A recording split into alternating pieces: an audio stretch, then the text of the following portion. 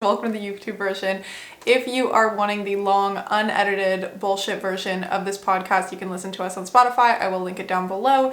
If you just want the fast, clean, edited version of what I'm about to say, keep watching. That's what's on YouTube. Subscribe. That would be really awesome. Thank you so much for being a part of the GC family.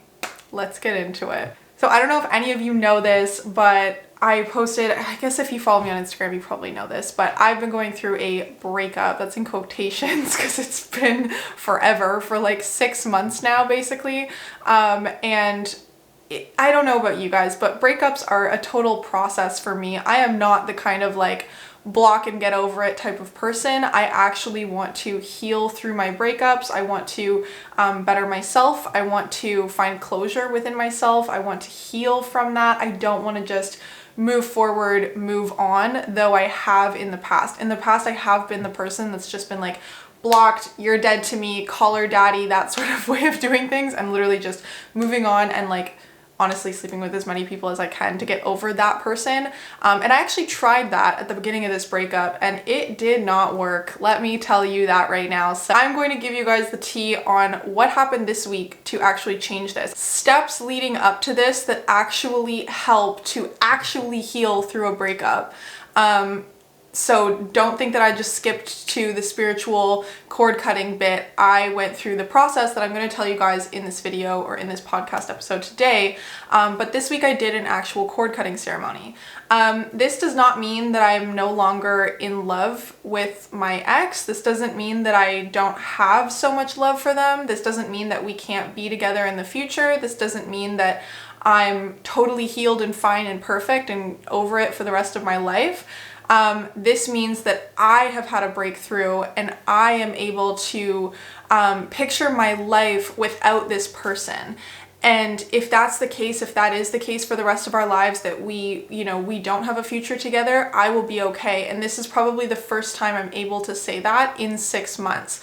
I still have a relationship with him. I have really good friendships with a lot of my exes actually, but I've come to a place where I'm not held and bound by this person anymore. Let's back up. What did I do to even get to this place? My first thing, and everyone is going to come for me on this, I personally believe that you have to keep going back as many times as you need to in order to actually learn that this is not serving you at this time. I feel the same way about addictions. A lot of people disagree with me on this. A lot of people say cut it off cold turkey and, go on with your life and just be really harsh on yourself.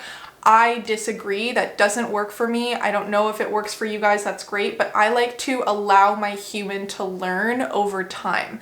And what that means is usually going back is not necessarily making it the other person's problem. Obviously, if the other person wants nothing to do with you, don't like overstep or overstay your welcome.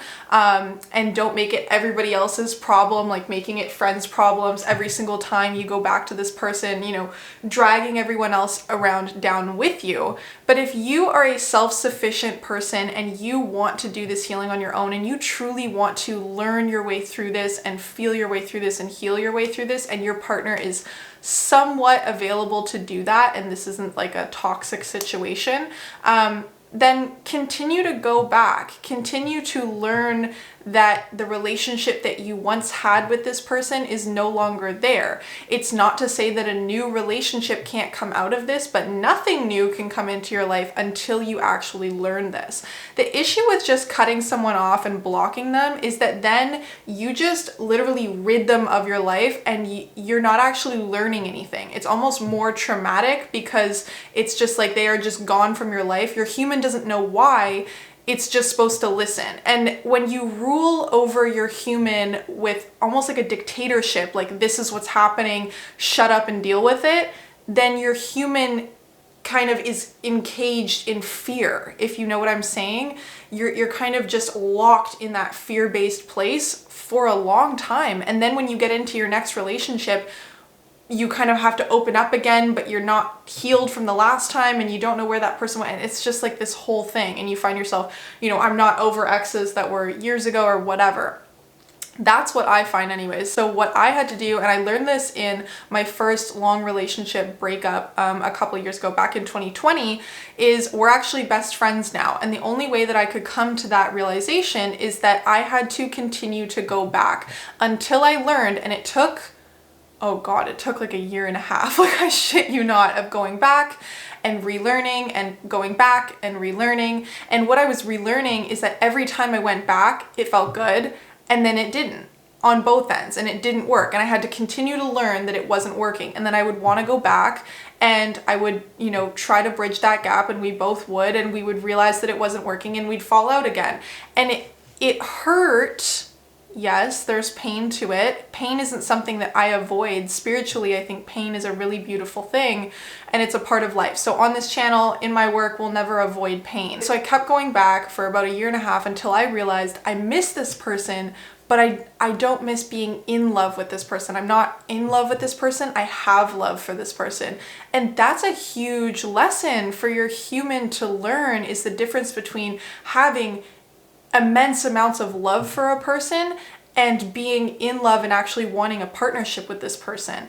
That I had to learn in that relationship. In this relationship, I keep going back and I keep feeling love feelings for this person, romantic love feelings for this person. It's not really turned into a friendship sort of love, if I'm being honest.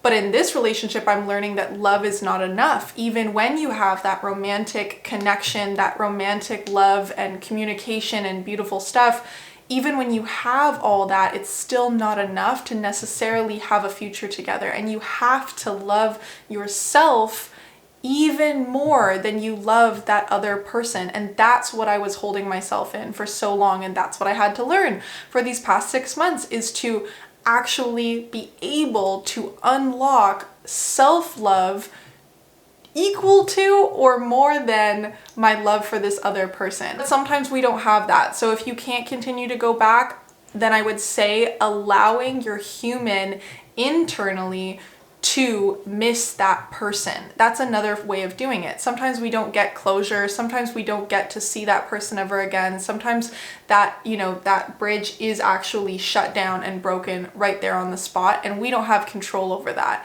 Can you still heal without going back to the person? Yes.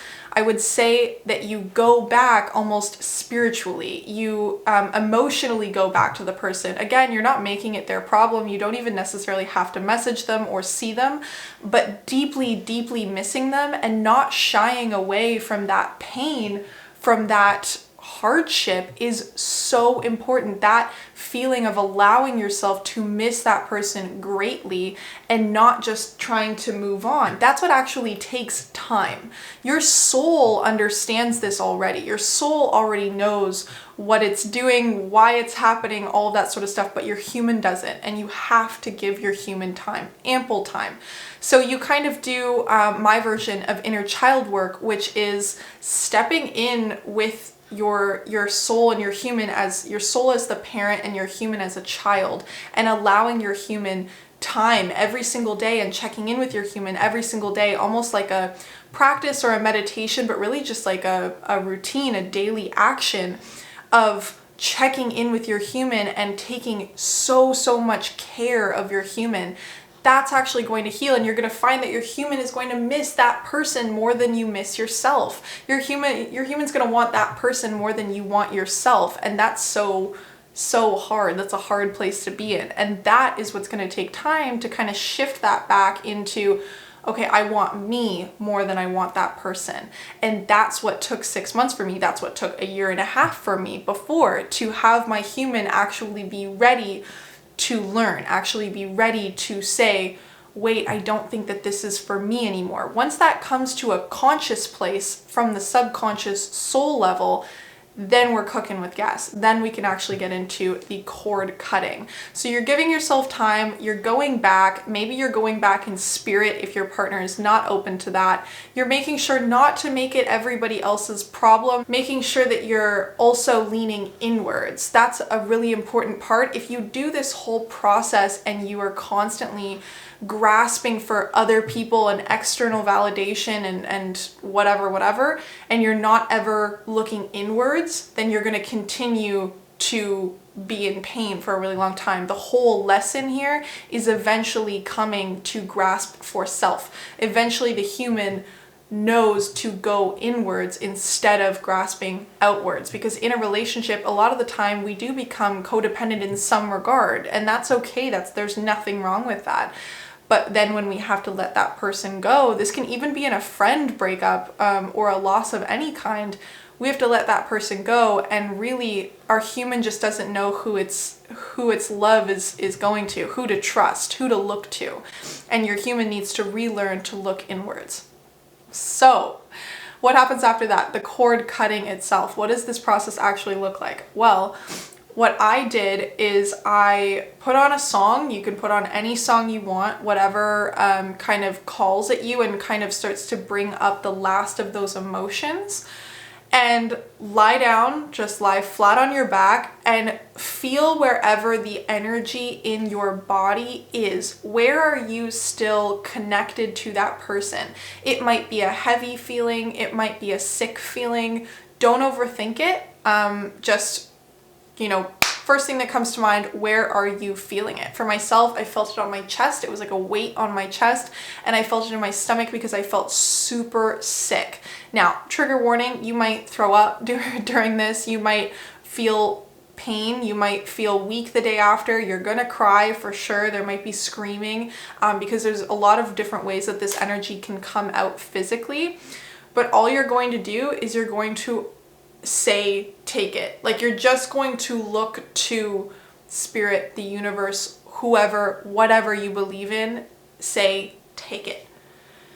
Take it. And don't say anything else. Don't fight. Don't ask other questions. Just take it. Take it from me. Trust that spirit knows what you're talking about, and just say, take it. And what I felt during that, I was crying, I was screaming because a lot of the energy was coming out of my vocal cords. I felt like puking. I didn't puke, which was nice. And it was coming out of my body, and I felt like my body was like a lot of pressure, and then it would release, and a lot of pressure, and then it would release, and I just kept going. But what I could start to see very clearly is my life, like I said at the beginning, my life without this person. I started to see what my life could look like without this person. Even if we do not have a future together, I started to be able to see my life without this person through this work. This was the last of that energy, and I only came to this place where I was ready to do this because my human was on board. You have to make sure that your human child is on board before doing this cord cutting ceremony. And there are so many ways to actually do cord cutting. You can talk about the actual cutting of the cords and all that sort of stuff. That's all very those are technicalities in a personal sense. I'm a medium and an energy worker and all that good stuff, and that's all technicalities. Anyone can do this for themselves, and it's just a matter of trusting that the energy will come out. The energy will release, and that's going to remove the last soul blockage to be able to move forward with your life. And this is how I would go about closing that all off. So I really hope that was helpful today. It's what's helped me this week. It's what I've been going through this week, and that's what we always go through on the Human Experience podcast. Just whatever human shit I'm going through and the lessons that I'm taking away from it. So hopefully you can take them away too. Thank you guys so much. Subscribe, all that good stuff, and we will see you next week.